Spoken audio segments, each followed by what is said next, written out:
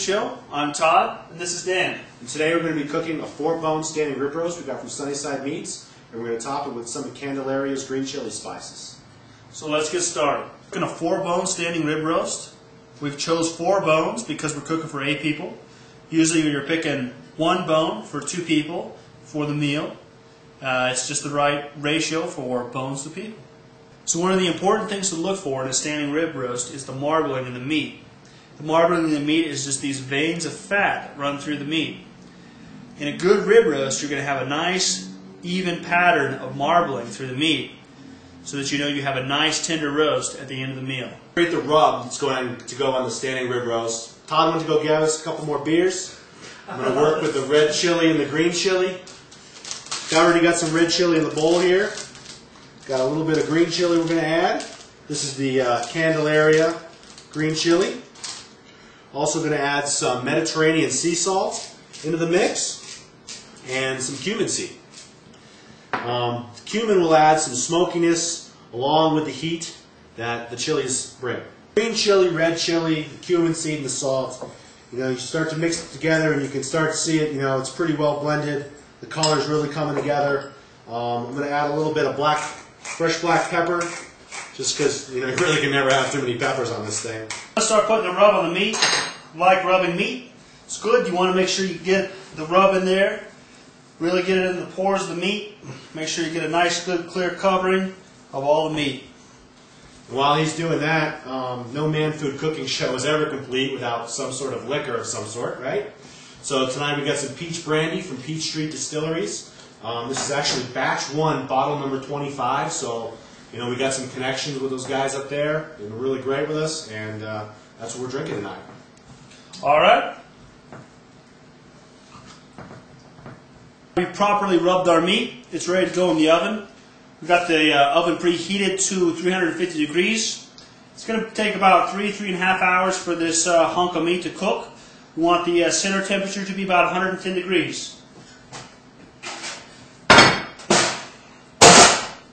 You want to put it in bone down, so you've got the nice fat side up on top. What that fat's going to do is, as it's cooking, the fat is going to actually drain down into the meat and tenderize it. We also got a meat thermometer because I'm ultra paranoid about overcooking anything. You insert this right in between a couple of bones. You really, $80 piece of meat, you really don't want this thing to get over 110 degrees. You start going over that, it starts drying out. You need to make it up with some more sauce on top, and you really just want to enjoy the meat for what it is. So we got this bad boy ready. We're ready to throw it in the oven. We got our oven preheated at 350. And we're going to throw it down here on the bottom rack, but not right there on the bottom. And it's ready to go. Land of urban spices, working for minimum wage. 100 for the task hand, but you can't afford to take. Look out for each other, it's almost like we care. Together rise above, and I'll be everywhere. Together in the cage, freedom change. You could rearrange it, what would you do?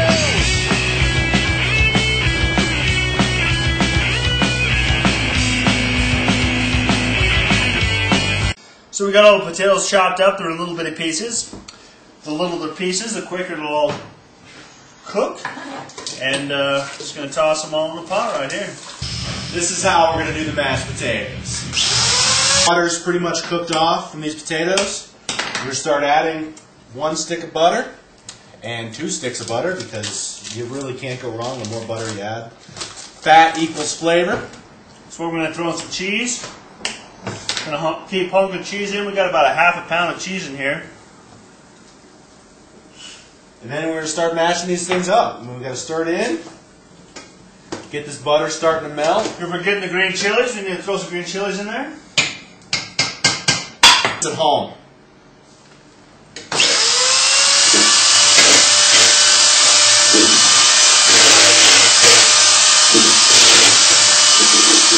Butter incorporated, you got the cheese incorporated, you got the green chilies in there. Now, it only just needs more sour cream here.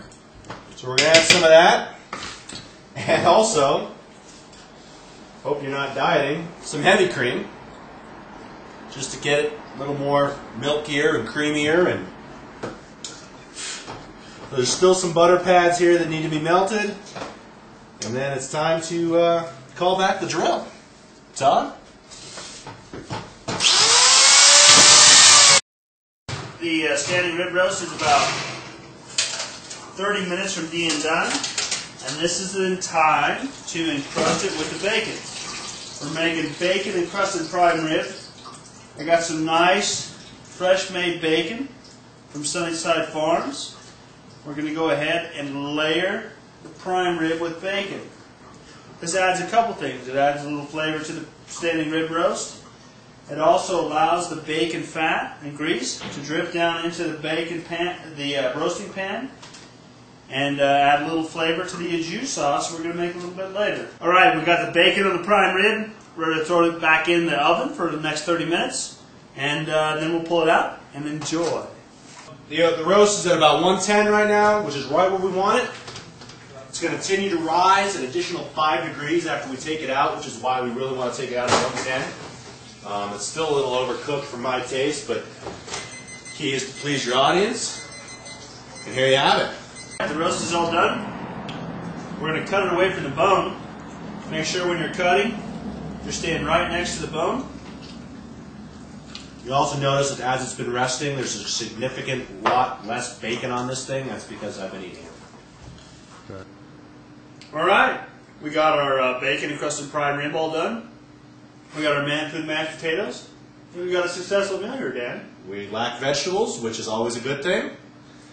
Congratulations. See ya.